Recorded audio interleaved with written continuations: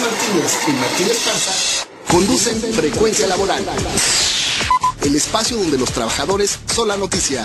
Bienvenidos. Muy buenos días, yo soy Lourdes Martínez, hoy es sábado 20 de diciembre del 2014, saludo a nuestro auditorio en el interior del país y en la Ciudad de México y a quienes nos contactan en el extranjero a través de nuestro portal www.frecuencialaboral.com. Hola Martín, buenos días, ¿cómo estás? Hola Lulú, amigos del auditorio, buenos días, enviamos un saludo a toda la clase trabajadora del país y en especial a los miembros activos y jubilados del Sindicato Mexicano de Electricistas. Iniciamos con Frecuencia Laboral, el espacio en donde los trabajadores son la noticia.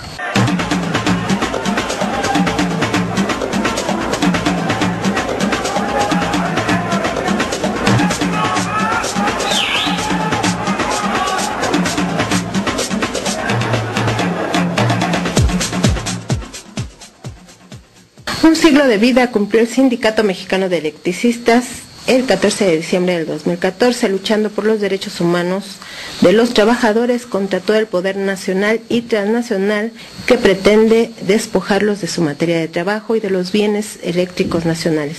Son 100 años que el ESME cumplió con una victoria.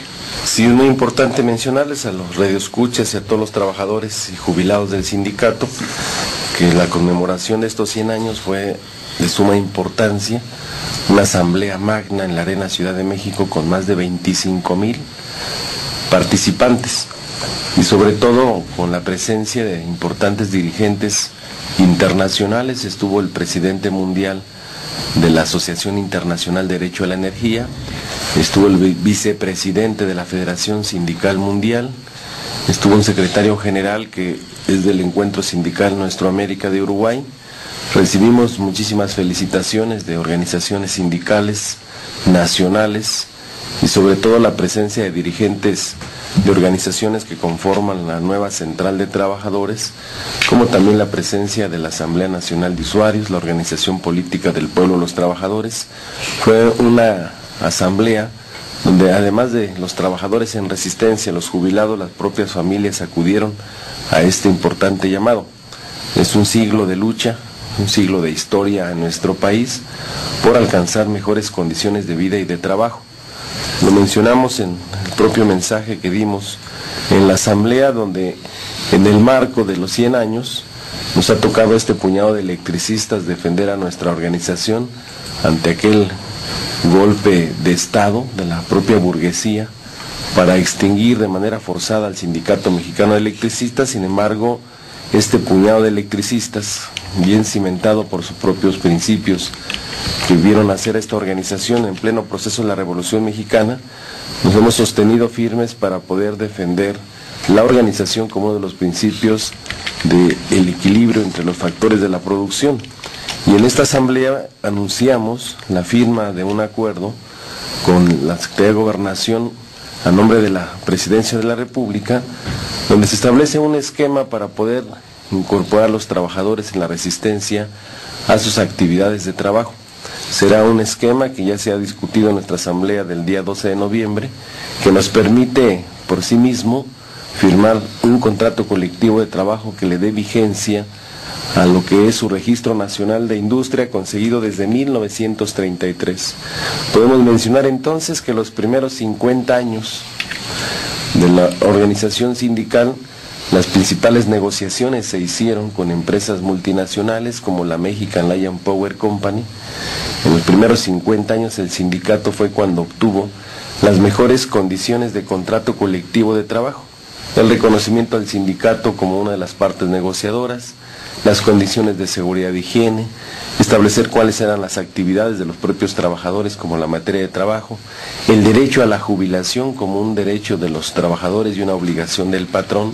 Se establece una serie de fondos colectivos que permite darle certidumbre a las propias familias, y también hicimos un recuento de lo que han sido los casi 50 años después de que se nacionaliza la industria eléctrica, donde señalamos que cada uno de los gobiernos en turno le puso su acento distinto para poder buscar cómo ir golpeteando al Sindicato Mexicano de Electricistas, privilegiando primero a la Comisión Federal de Electricidad con recursos, con inversiones, a los propios sindicatos de la CFE y del gobierno, como era el STERB y después el SUTER, con sus dirigentes históricos, Francisco Pérez Ríos y Lagüera Rodríguez Alcaine, incluso el propio dirigente charro que hoy está en el SUTER, Víctor Fuentes del Villar. Y a partir de ahí entonces el golpeteo del Estado en contra de la empresa pública, donde nace el sindicato, desde poner en estado de liquidación la misma, con el objetivo de acabar también con el propio Sindicato Mexicano de Electricistas. Vimos también en esta segunda etapa de la lucha de los trabajadores cómo pues, se privilegió las inversiones para poder alcanzar, en el caso de la CFE, mejores condiciones, cuando en el sindicato pues había, con la empresa pública que venía de la Mexican Lion Power Company, empiezan las limitaciones para poder mejorar el servicio. Es acotado también el sindicato en su materia de trabajo con un convenio de limitación de zonas, donde le quitan más de la mitad de su territorio de atención.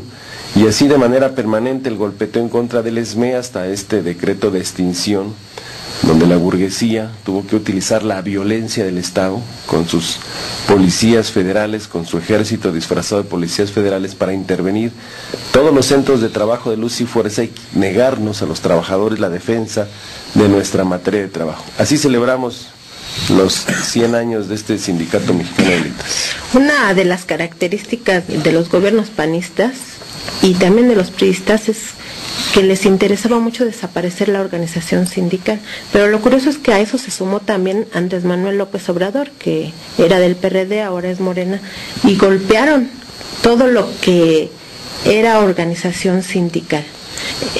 En algún foro al que fui se decía que la clave para desaparecer tantos derechos laborales en los últimos años ha sido esa, golpear a los sindicatos, desintegrarlos o hacer despidos masivos para debilitarlos y eliminar los derechos de los trabajadores.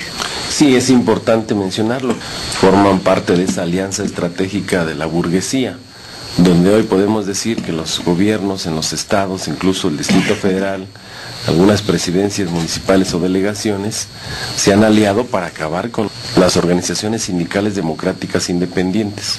Y donde no te pueden cooptar, pues lo que hacen es golpear, utilizar la violencia del Estado a partir de sus fuerzas armadas, el ejército al servicio de los intereses de esta burguesía. Y hoy lo vemos que gran parte de los centros de trabajo de luz y fuerza siguen tomadas por el ejército, cuando el ejército tiene una función constitucional que es pues, mantener la soberanía de nuestro país, cuidar al territorio y cuidar a los ciudadanos, y hoy lo utilizan pues para amedrentar a los ciudadanos y despojarles de sus derechos. Pues ante ese escenario, del objetivo de acabar con nuestro sindicato, donde la Suprema Corte de Justicia de la Nación formó parte de esos acuerdos de la burguesía, también el Poder Legislativo, desde la Cámara de Diputados y Senadores, al no poner la controversia constitucional y echar para atrás ese ilegal decreto, al no plantear la creación de un nuevo organismo y sobre todo negarles a los trabajadores el derecho a regresar a trabajar. Pero toda esta clase política gobernante está vinculada en sus propios intereses para mantener su estatus a través de los partidos políticos, que todos estos partidos políticos forman parte de esta alianza estratégica entre los dueños del dinero con los gobernantes. Bueno, yo he estado en Colombia, por ejemplo, y ahí cuando estuve hace como unos 10 años se hablaba mucho de que para debilitar a los derechos de los trabajadores asesinaban a los líderes sindicales y a los trabajadores, y que hubo masacres de trabajadores y la extinción del sindicalismo mediante el asesinato. Escuché algunas conferencias de líderes argentinos que decían que en su país, además de los asesinatos, habían recurrido sobre todo al encarcelamiento. Aquí en México intentaron recurrir a esos métodos. De hecho, no hay un registro de cuántos dirigentes o trabajadores han sido reprimidos desde las amenazas, los encarcelamientos y los asesinatos para evitar, una, que se organicen y dos, que reclamen sus derechos. El Sindicato Mexicano de Electricistas, ¿cómo ha vivido ese proceso? Bueno, en 100 años desde sus orígenes, en 1914 era pleno proceso de la Revolución Mexicana. Entonces al sindicato le planteaban que hicieran los batallones rojos para luchar en contra de Villa y Zapata en el proceso de la Revolución, y el Sindicato Mexicano de Electricistas fue muy claro en decir que no podían participar en en contra de Villa y Zapata por la formación ideológica de ese momento, que eran anarquistas los que iniciaron nuestra organización. 2 años después de haberse alcanzado el registro del sindicato o tener su conformación, se estalla en la huelga de 1916 con Ernesto Velasco, que era el secretario general en ese entonces, y por esa osadía de plantear mejores condiciones de salario y de trabajo, pues prácticamente todo el comité central fue encarcelado, y después Ernesto Velasco fue condenado a ser fusilado, y después ya que le conmutaron esa pena, duró 2 años en la cárcel, todos los demás salieron menos él, y 2 años estuvo en la cárcel por la decisión de luchar para tener mejores condiciones. Y así podemos enumerar una serie de pasajes de los trabajadores que han sido en su historia del ESME perseguidos. Otra etapa importante fue la huelga de 1936, donde se quedó sin luz la zona central del país por 10 días. Planteaban la firma de un contrato colectivo de trabajo que se reconociera al sindicato como una de las partes. Todo lo que hoy conocemos de contrato colectivo de trabajo del ESME fue producto de esa huelga del 36. Sin embargo, ahí la posesión de un gobierno nacionalista como el de Lázaro Cárdenas respetaron los derechos de los trabajadores establecidos en el artículo 123 y en la propia Ley Federal del Trabajo. Pero todo el tiempo ha sido persecución de la derecha, de la oligarquía, que siempre ha estado gobernando en este país, y con gobiernos que han respaldado en distintas épocas esas empresas multinacionales. Hoy no es la excepción, estamos viviendo lo mismo. A partir del ilegal decreto nosotros fuimos perseguidos por parte del Estado con averiguaciones previas, con órdenes de aprehensión, hubo encarcelamientos de compañeros, hubo asesinatos de compañeros nuestros en la puerta de su casa, porque el objetivo era desaparecer de manera forzada al sindicato como una forma de organización y de lucha legítima por defender los derechos de los trabajadores, los derechos adquiridos del grupo de jubilados. Afortunadamente logramos pasar lo más difícil, que era mantener la organización. Hoy está la organización firme, tenemos nuestro registro nacional de industria, el 760, que es el más longevo de este país. No hay otro sindicato con 100 años en México, que forma parte de las condiciones o el cambio de la lucha de los trabajadores en nuestro país. Hoy está la vigencia, hay un comité central electo democráticamente y sobre todo la firma de un acuerdo con el gobierno, porque eso ha caracterizado al ESME desde siempre, poner en la mesa su contraparte para alcanzar la negociación.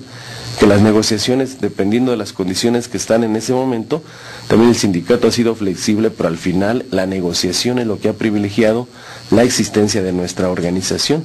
Y hoy no es la excepción, hoy hay un mandato de la Asamblea General de nuestra organización para negociar con el gobierno una solución al conflicto, que esperamos que lo podamos alcanzar con la firma de este documento que entregó Gobernación, y con eso nos permita mantener la vigencia y continuar la lucha del glorioso Sindicato Mexicano de Electricistas. Bueno, y la clave fue esa, que mantuvieron la resistencia y sí la negociación, pero detrás de la negociación estaba también el movimiento de resistencia, las marchas, los mítines, huelgas de hambre, en fin, la difusión del problema por todo el país. O sea, finalmente había un respaldo político, social muy importante para que ustedes alcanzaran esa victoria, ¿no? De alguna manera todavía falta consolidarla, pero ya está en marcha, ya se ve más claro. Sí, es muy importante mencionarlo, que la lucha es política. Vemos que en este país la justicia laboral no existe. Hoy están secuestradas las instituciones de impartición de justicia por estos burgueses que obedecen a los intereses de las multinacionales. Y entonces la lucha hay que hacer la lucha política. En el propio proceso de las formas de organización y de lucha de los trabajadores está la protesta, está la movilización, está el activismo, la vinculación con una serie de movimientos que también están luchando a nivel nacional, y sobre todo nos ha permitido sacar fuera del país a explicar qué es lo que está pasando en México, cómo hoy de manera permanente hay una violación sistemática de los derechos de los trabajadores por parte de estos burgueses para acumular mayor riqueza, porque el problema no es de productividad, como se escucha por parte de los burgueses, ¿no?, de los gobiernos, sino el problema es que en unas cuantas manos está acumulada la gran cantidad de la riqueza que hemos generado los trabajadores en este país. Sacar el conflicto fuera del país nos ha permitido entonces tener también el respaldo de muchísimas organizaciones sindicales en todo el planeta, que han hecho pronunciamientos, que se han manifestado en las embajadas, en los consulados, exigiendo se restituyan los derechos no nada más de los electricistas, sino de todos los trabajadores de este país. Estás escuchando Frecuencia Laboral con Lourdes Martínez y Martín Esparza. Seguimos. Tenemos llamadas. Jesús Ramírez Franco, de la Sierra Norte de Puebla. Él nos escucha a través de Radio Turbina. Allá en la Sierra Norte, en Necaxa, hay una radio alternativa que se llama Radio Turbina y repiten el programa o lo transmiten también directamente, y él nos escucha allá a través de Radio Turbina. Un saludo a todos los compañeros de Radio Turbina y a todos los habitantes de la Sierra Norte de Puebla. Ernesto Brambila, del DF, saludos a Martín por los 100 años del ESME, felicidades. Y Rosy Silvia Aguilar, felicidades por el festejo de los 100 años y a todos los del programa. El profesor Adolfo Ángeles felicita al ESME por sus 100 años, invita al público a asistir a San Agustín Tlaxiaca, Hidalgo, mañana 21 de diciembre, a las actividades de la jornada de acción por Ayotzinapa. Será a las 11 de la mañana en la plaza principal de este municipio. También nos habla Víctor Manuel García Salinas, dice felicidades al ESME por sus 100 años y denuncia que en la colonia Cuauhtémoc, en Reforma, están abriendo zanjas para meter cableado subterráneo, además bloquean el tránsito. ¿Qué se puede hacer? No hemos señalado a las propias autoridades que las obras que están haciendo del cableado subterráneo están fuera de norma.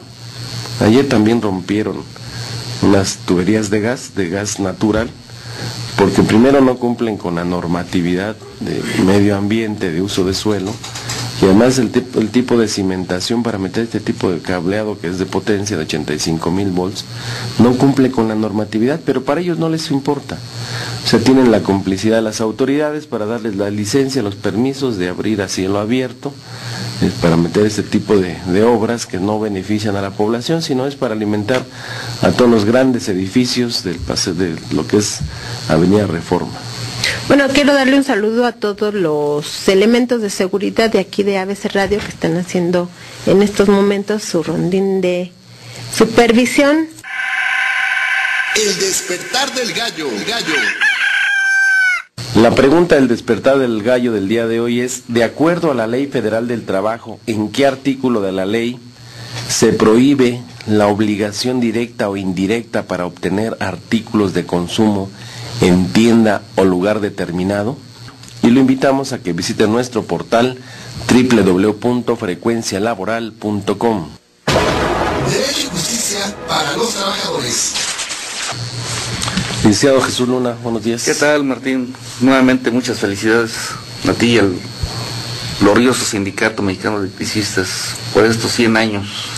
Muchas gracias, licenciado. Pues hay llamadas del auditorio que pide su colaboración. Dice que a los trabajadores que no tienen base les corresponde que los inscriban al ISSSTE, pregunta Elizabeth Trejo. Pues no solamente les corresponde, sino es un derecho y una obligación de los patrones, llámese Estado, el registrar a sus trabajadores ante un instituto de seguridad social. Recientemente acabamos de ver que dicen que van a basificar aquí en el Distrito Federal cerca de 30,000 gentes. Yo creo que es un reconocimiento a la ignominia de tantos trabajadores que los tenían contratados bajo preceptos ilegales, que es contrarios a lo que sean la Constitución, a la Ley Federal del Trabajo y la Ley de los Trabajadores al Servicio del Estado. Y eso aquí en el Distrito Federal. A nivel federal existen más de 200,000 personas que están bajo este sistema. Y son gentes que no tienen seguridad social, ni prestaciones como aguinaldo, vacaciones, prima vacacional y ningún otro derecho. Simplemente en el Poli, nomás para que se den una idea, existen cerca de 12,000 trabajadores que están registrados por honorarios, los cuales les dan contratos cada 3 meses, nunca les finiquitan los contratos y consecuentemente no tienen derecho a ningún servicio ni prestación social.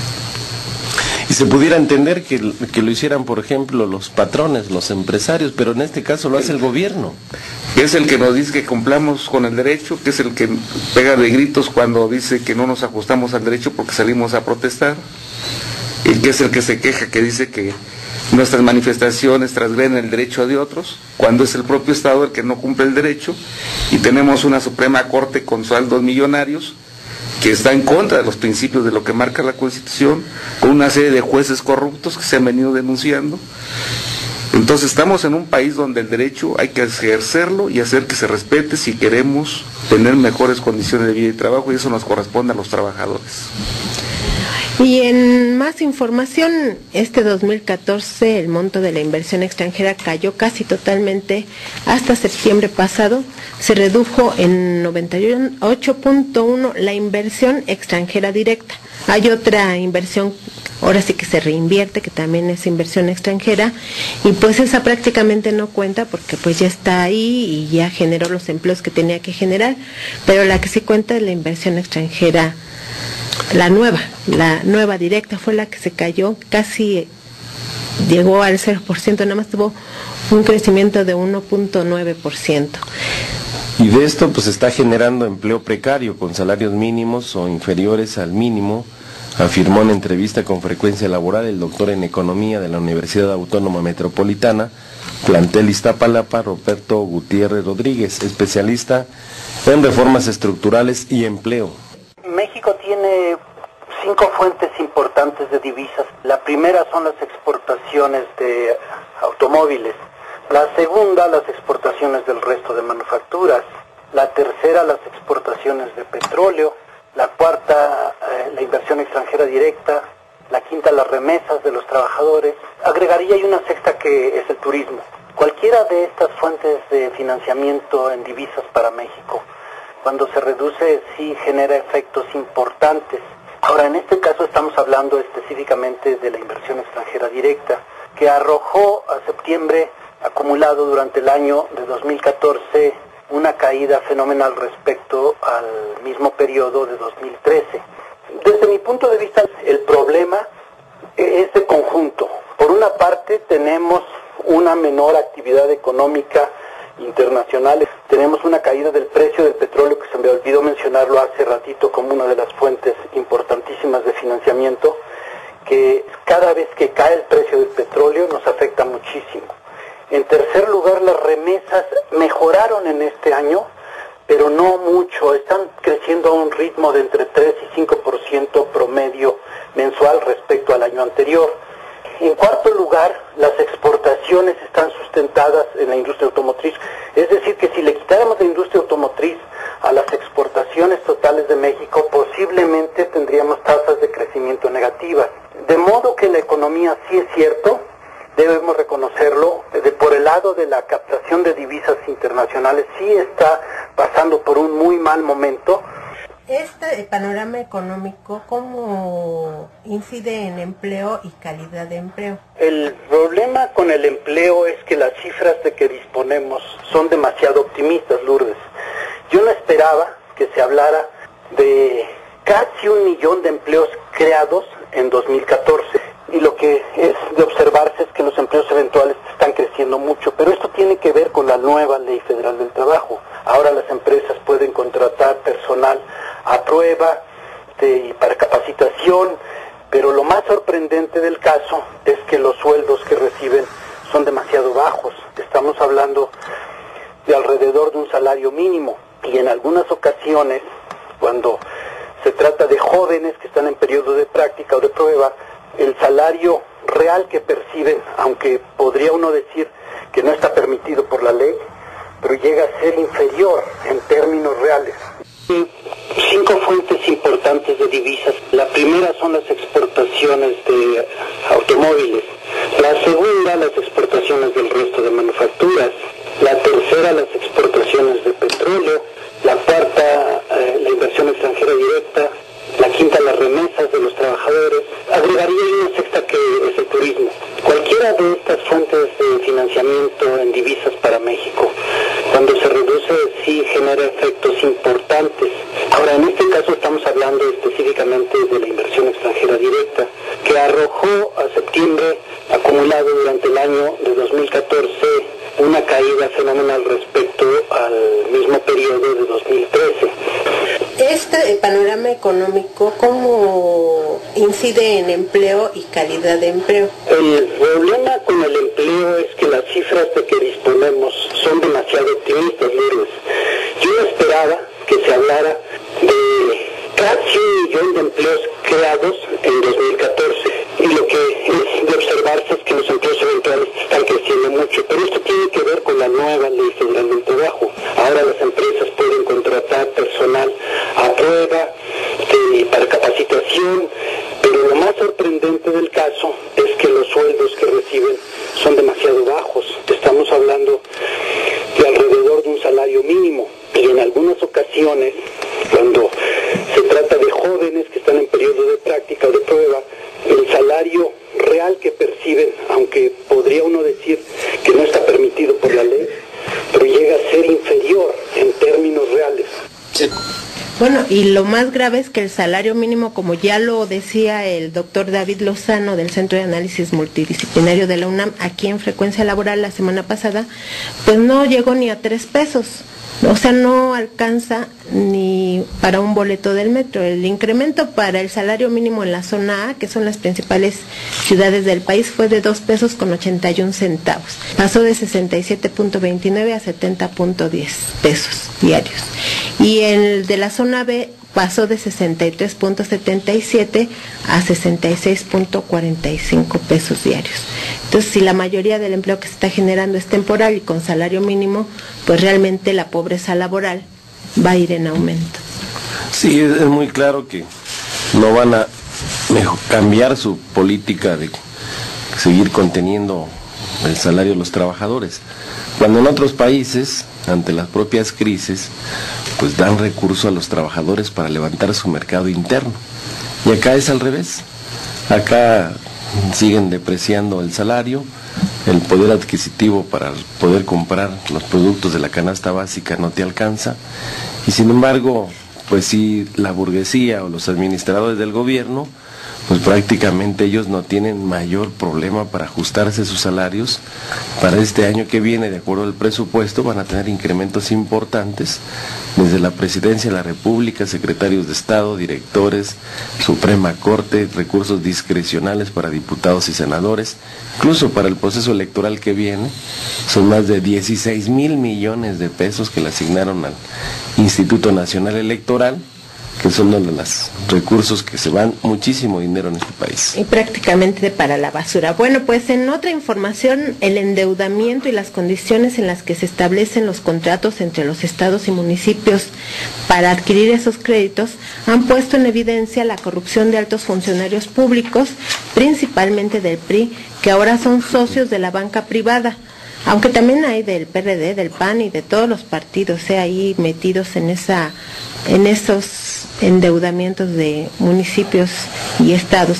Los principales bancos acreedores de estos estados y municipios son Banorte, donde el exsecretario de Hacienda, Guillermo Ortiz, es accionista; Banco Interacciones, uno de cuyos dueños es el expresidente municipal de Tijuana, Jorge Janrón, hijo de aquel ilustre político que decía que político pobre es un pobre político; y Bancomer. Son los 3 principales bancos a los que les deben los estados y municipios.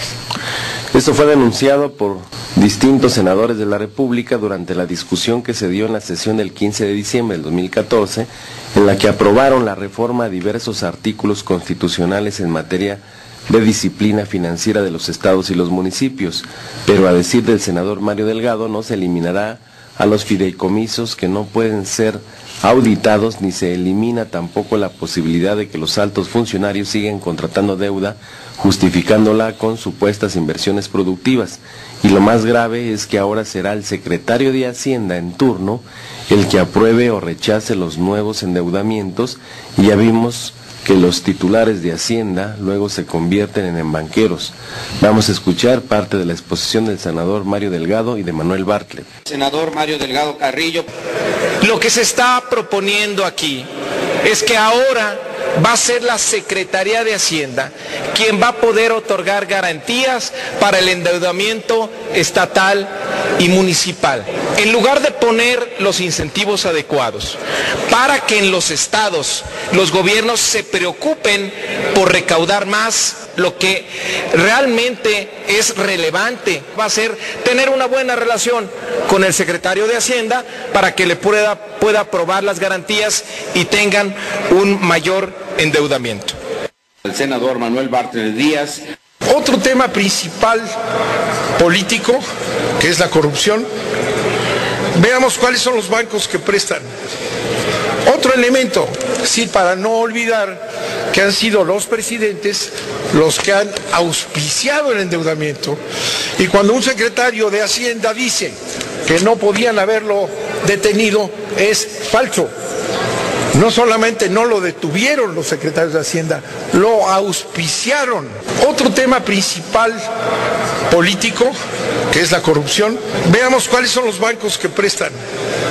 ¿En dónde está endeudado? ¿En dónde está endeudado la Federación? ¿Y cuáles son las tasas de interés? Banorte es el mayor acreedor de los estados y municipios. Es acreedor por 78.455 millones de pesos. BB Bancomer, segundo lugar, 58.180 millones de pesos. Banco Interacciones, que tiene que ver con el primero, si se acuerdan ustedes, Interacciones y Banorte, propiedad de Carlos Hangron, cuya cartera pasó en 2013 de 40.599 millones de pesos a cerca de 70.000 millones de pesos para noviembre de 2014. Estás escuchando Frecuencia Laboral con Lourdes Martínez y Martín Esparza. Seguimos. Blanca Estela Quintero, dice: el presidente municipal de Tulancingo ya cercó el jardín del arte para quitarlo. Pretende hacer un estacionamiento subterráneo y el gobierno le dio 16 millones de pesos para este proyecto. En muchas colonias falta mucho por hacer.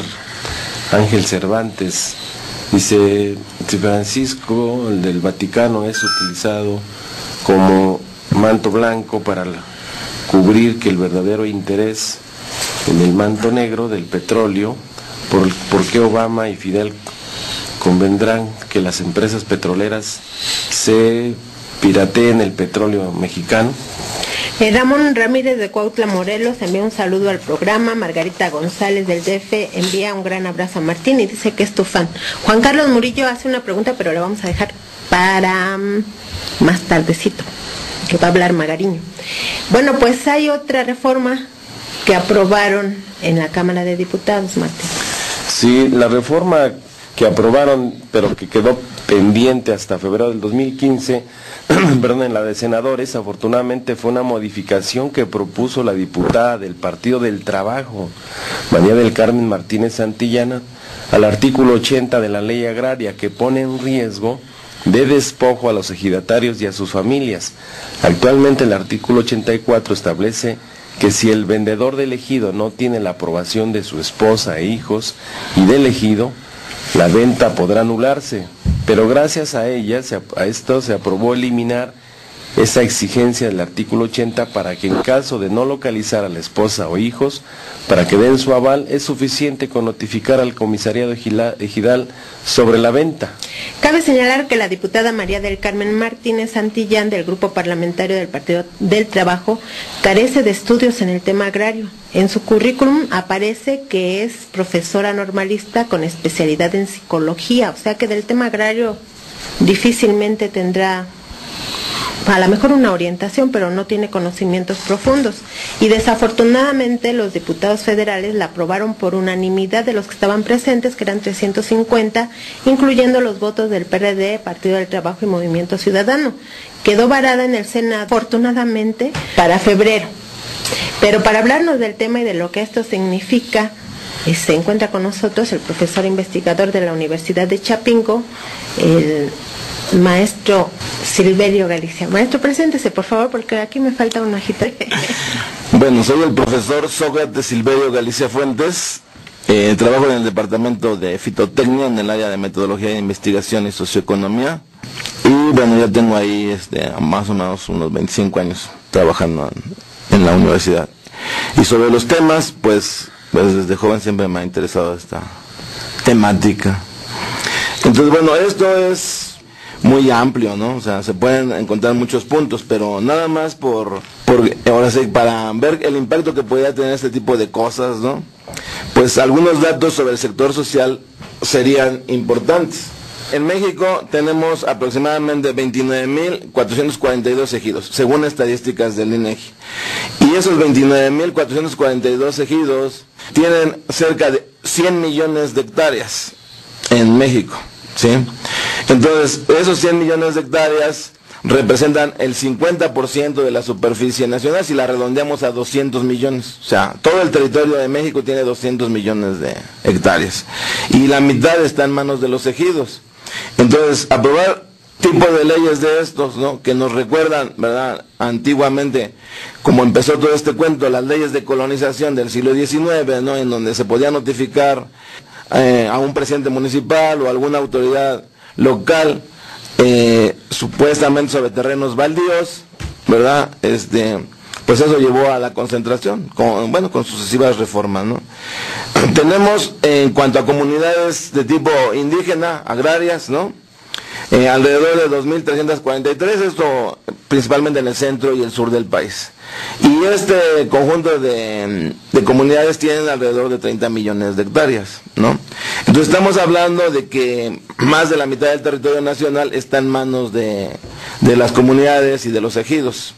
Entonces, de por sí, los comisariados ejidales tienen mucho poder dentro de los ejidos. Nosotros hemos tratado de destituir alguno allá en algunos ejidos y, ¿verdad?, los requisitos y las condiciones que pone la Procuraduría Agraria, pues son muy grandes que luego la gente no está dispuesta a cumplirlos, ¿no?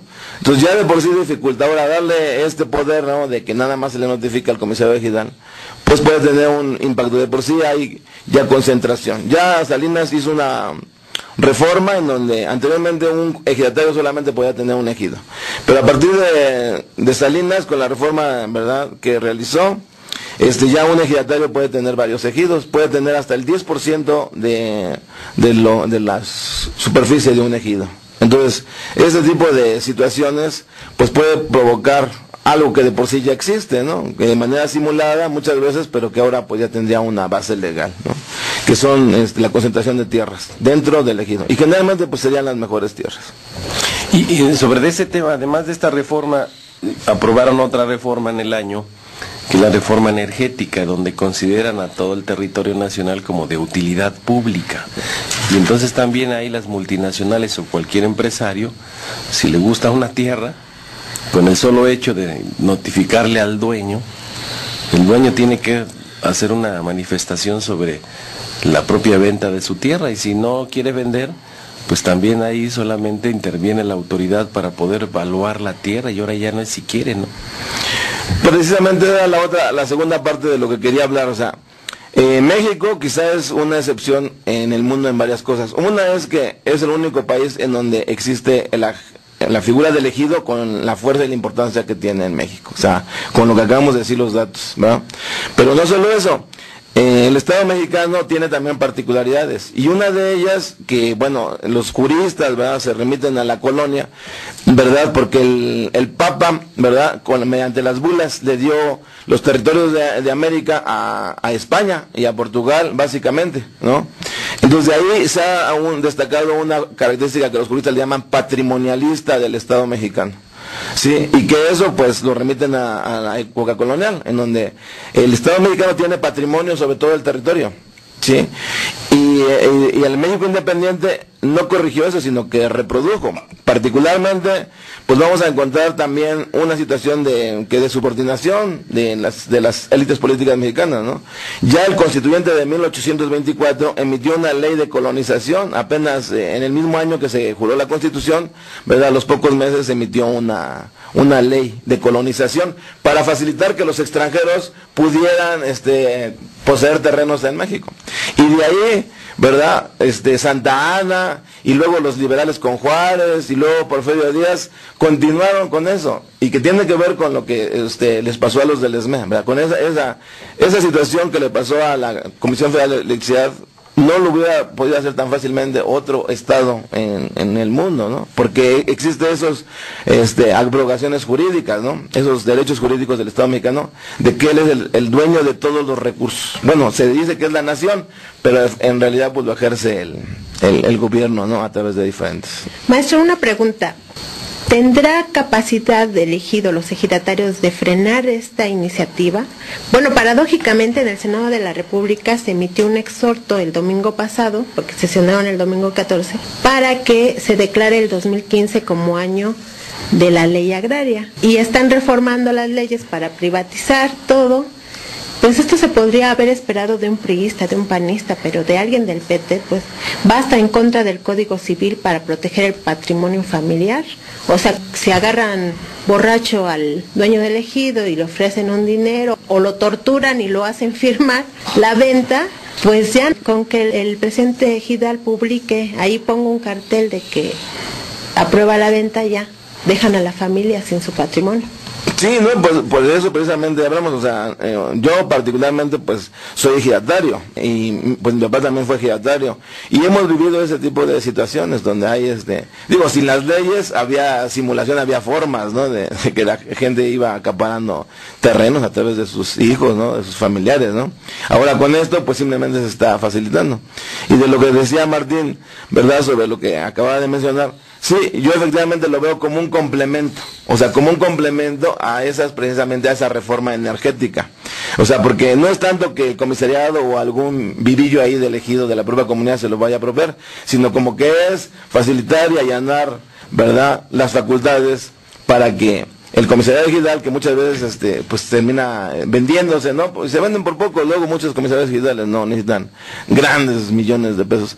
Entregar esos recursos a las empresas, ¿no? O sea, al extranjero, que les decía, pues, en México tiene larga historia esa. Allá en el estado de Hidalgo hay dos ejemplos muy claros sobre el despojo de tierras a los campesinos. Por ejemplo, con el supuesto de construir una refinería ahí en Tula, en el municipio de Atitalaquia, pues les compraron cientos de hectáreas a los campesinos. Y ya se quedó ahí, ni la barda terminaron, y ya anunciaron que no van a hacer refinería, pero ya les quitaron las mejores tierras de cultivo. Otro caso fue el aeropuerto que se iba a construir supuestamente en Tizayuca. Cientos de ahí, son 1.500 hectáreas que le compraron a los ejidatarios, y ya no se hizo el aeropuerto. Pero sí se quedó el Estado con las tierras, y se quedaron todos los hidalguenses con la deuda, porque hoy hay que pagar casi 70 millones de pesos mensuales de intereses y capital de deuda que se adquirió para comprar estos terrenos, ¿no? Sí, es una cadena, ¿no?, de cambios, atribuciones jurídicas, ¿no?, para que pueda uno llegar a algo, ¿no?, que es visión neoliberal, que decíamos en algún otro programa, ¿no?, de que lo que vale nada más es la empresa. Los ejidos no son funcionales, o sea, no sirven para ser productivos. Ese cuento lo conocemos desde que Alemán hizo una de las primeras contrarreformas, ¿verdad?, agrarias, pues ya se tenía eso de que los ejidos no eran productivos, no tenían productividad, que solamente la empresa era la que podía ser productiva. Y entonces, eso es lo que está detrás de todo esto. El gobierno tampoco puede tener, la empresa pública tampoco es productiva. Por eso, pues había que acabar con la Compañía de Luz y Fuerza, ¿no? Solamente las empresas, pero pues ya tenemos muchos datos, muchas experiencias de, pues que las empresas tampoco son eficientes, ¿no? Y su ejemplo se varía, ¿no? Ahí está las carreteras, ¿no? Y muchos otros ejemplos donde tuvo que el Estado entrar a rescatar, por ejemplo, a los ingenios, ¿no? En esta semana se publicó en los medios sobre las empresas que más quejas tienen en Profeco.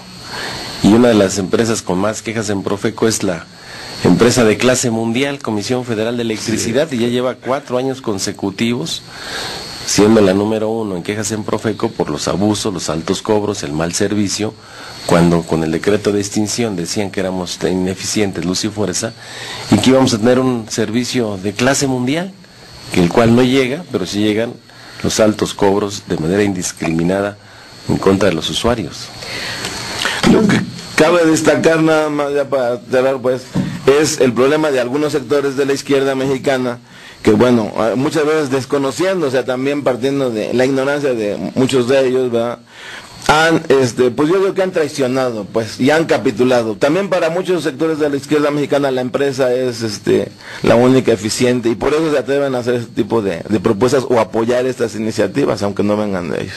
Pues yo la verdad creo que esos de la izquierda no es por ignorancia, a veces hay mucho dinero detrás de estas propuestas, cabilderos que llegan y les entregan las iniciativas ya hechas y ellos las suben. Por eso quise decir que de traiciones, ¿no? O sea, pues o de ventas, ¿no? Esto lo va a poder usted escuchar en repetición a partir de hoy a las 6 de la tarde en nuestro portal, pero leerlo hasta mañana o el lunes.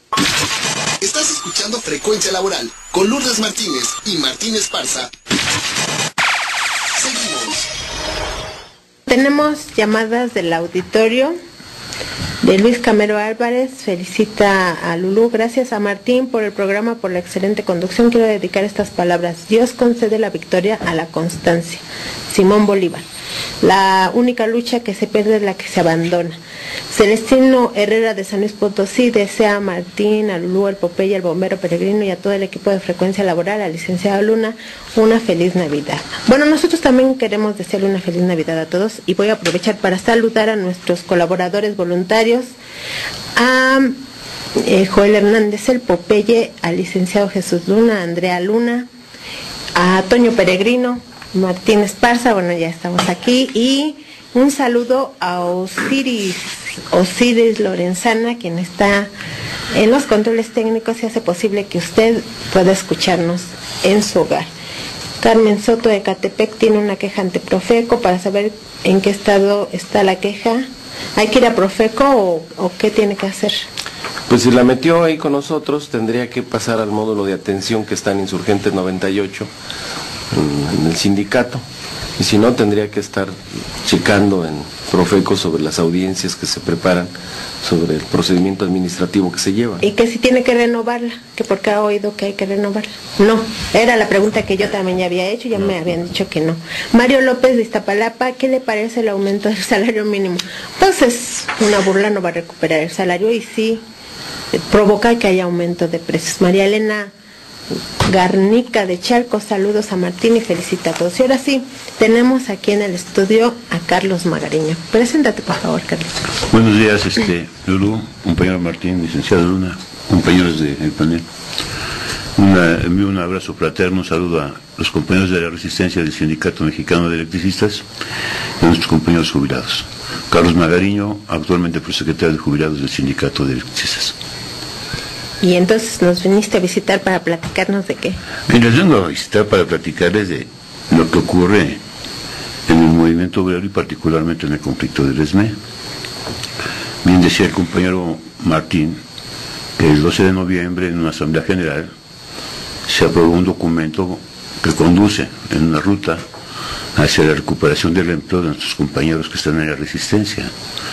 Y esto tiene que ver mucho con lo que durante 5 años hemos venido construyendo a partir de la movilización en distintos ángulos de la propia movilización. Sin embargo, en ese documento hay 2 párrafos muy claros en que se denotan el respeto a los derechos adquiridos de los jubilados agremiados al Sindicato Mexicano de Electricistas y el compromiso del gobierno para respetarlos. Y algunas mentes un poco obtusas han señalado que se pretende crear un fideicomiso para garantizar el pago de esos derechos adquiridos. Y esta mente obtusa brinda oportunidad a quienes están por fuera del sindicato, que siendo agremiados en un medio de comunicación impreso, le hablan al Ejecutivo Federal para decirle que no van a aceptar la creación de un fideicomiso, que la dirección del sindicato está comprometiendo los intereses de los jubilados. Nosotros decimos con mucho énfasis, rechazamos categóricamente que en la negociación se haya ventilado asunto alguno sobre la negociación de los derechos adquiridos de los jubilados, y mucho menos la creación de un fondo de fideicomiso para que nos garantice. En México hay una experiencia muy amarga de fideicomisos creados para garantizar los derechos de los trabajadores. Uno de ellos es Ferrocarriles Nacionales de México, que dicho sea de paso, su dirigencia sindical ni mueve las manos por sus jubilados. Su compañero Salvador Zarco y otros más han tenido que ir al Congreso de la Unión para garantizar la partida presupuestal para el pago de su cuota de jubilación.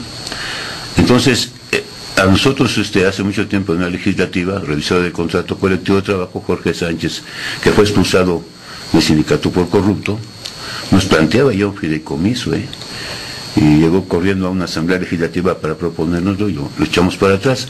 Quiero decir con esto, estimada Lulu y compañeros del panel y a la audiencia, que cuando se trata de manera tendenciosa, ¿no?, de manera sesgada, el asunto de los pasivos laborales, a partir de ellos se trata de configurar un escenario que tienda a romper o que tiende a romper o fracturar nuevamente a la organización sindical.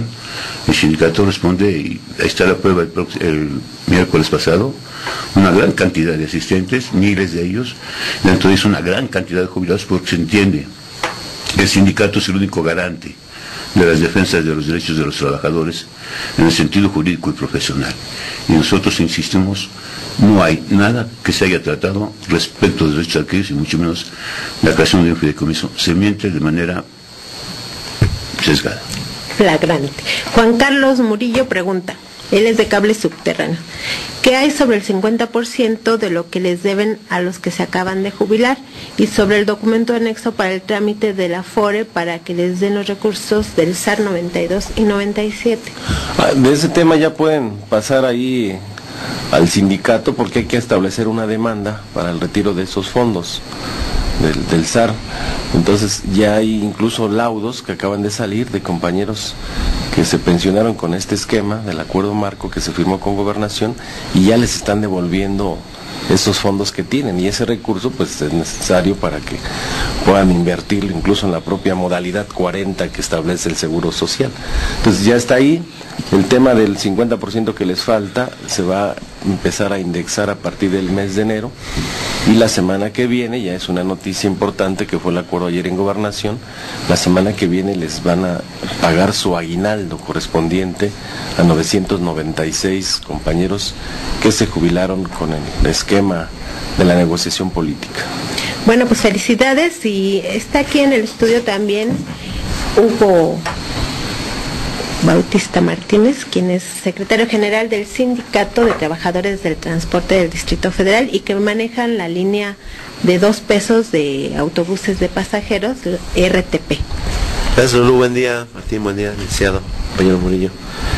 Un saludo a todos los trabajadores del Sindicato de Transporte de Pasajeros, que tuvimos este evento el 18 y 19 de fin de año, una comida y baile y eventos y regalos que hubo, y saludo a toda la dirigencia que estuvo haciendo acto de presencia. Independientemente de ese tema, quisiera mencionar algo que sucedió ayer en un medio de comunicación. El licenciado Rufino ayer hizo un pronunciamiento muy aventurado con respecto a la compactación de rutas. Para quien no sepa quién es el licenciado Rufino, porque es el presidente del Consejo de Administración y secretario de la CEMOVI. Como presidente de este consejo de la red de transporte se aventuró, estamos en negociaciones con él por instrucciones del jefe de gobierno, pues aventuró ayer decir que van a compactar 94 rutas, que hasta un posible cambio de razón social, cuando el problema no está ahí, no consiste ahí. El problema es, deberían de cambiar a la parte administrativa, que es el problema de esto que originó de hace unos 4 o 5 años a la fecha, ¿sí? Y deben de compactar el personal administrativo, porque es mucho para tanto parque vehicular. Tenemos lo suficiente en el área operativa como para tener muchos gerentes, jefes de área con altos sueldos de 42,000 pesos, de 52,000 pesos. O sea, es lo que sí deben de compactar y aceptar la propuesta, que está proponiendo el sindicato, que es habilitar 250 autobuses. Ya autorizaron 16 millones de pesos, pero hoy quiere hacer una propuesta de juntarlo con el POA 2015. Entonces eso no es conveniente. ¿Qué es POA? El POA es el programa operativo anual que otorgan del recurso para todo el ejercicio que viene. Pero esto no es conveniente. Ya autorizaron este recurso, se tiene que ver con el secretario de Finanzas para que lo ejerzan inmediatamente, aunque quede como una deuda en enero, pero que puedan ejercerlo. Porque si lo juntan, pues son tan hábiles que lo van a desaparecer. Entonces, lo que se trata es de habilitar estos 250 autobuses y no estar haciendo pronunciamientos de esta naturaleza, porque nada más aterroriza a la ciudadanía, a los mismos trabajadores, y evidentemente los 3.205 trabajadores no se los vamos a permitir. ¿Y él sabrá de transporte? ¿Tendrá alguna especialidad? O viene de otra parte, que es transportes eléctricos. Ayer lo pudieron hacer porque es distinto el esquema, y ahí funcionó porque estaba RTP atrás, pero aquí atrás de RTP ya no hay nadie. Nosotros somos el servicio emergente en este tipo de ciudad, cualquier fenómeno que surja. Y la instrucción que dio el jefe de gobierno no fue esa. El pasado 15 de octubre dio una instrucción distinta, pero hoy pareciera que no está acatando la instrucción el señor Rufino, ¿verdad? Mañana, el lunes, precisamente tenemos reunión a las 4, pues que aclare esta situación. Si el problema no es compactar rutas, y mucho menos cambio de razón social. Pues compactar rutas todavía nos va a afectar más, porque por si claro, hay que esperar una hora que pase un camión de RTP, compacta rutas, pues va a quitarle el único camión que había a algunas rutas.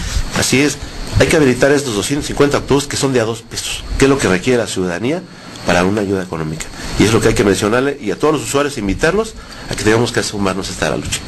Gracias. Bien, pues es hora de despedirnos. A nombre de todos los que conocimos este programa, desearles a todos los trabajadores, a los radioescuchas, una feliz Navidad, y próximo 2015 que sea de mucha actividad política para restablecer los derechos de los trabajadores. Un abrazo a todos, nos vemos en la próxima emisión. Frecuencia Laboral. Escúchanos el próximo sábado de 7 a 8 de la mañana por el 760 de AM.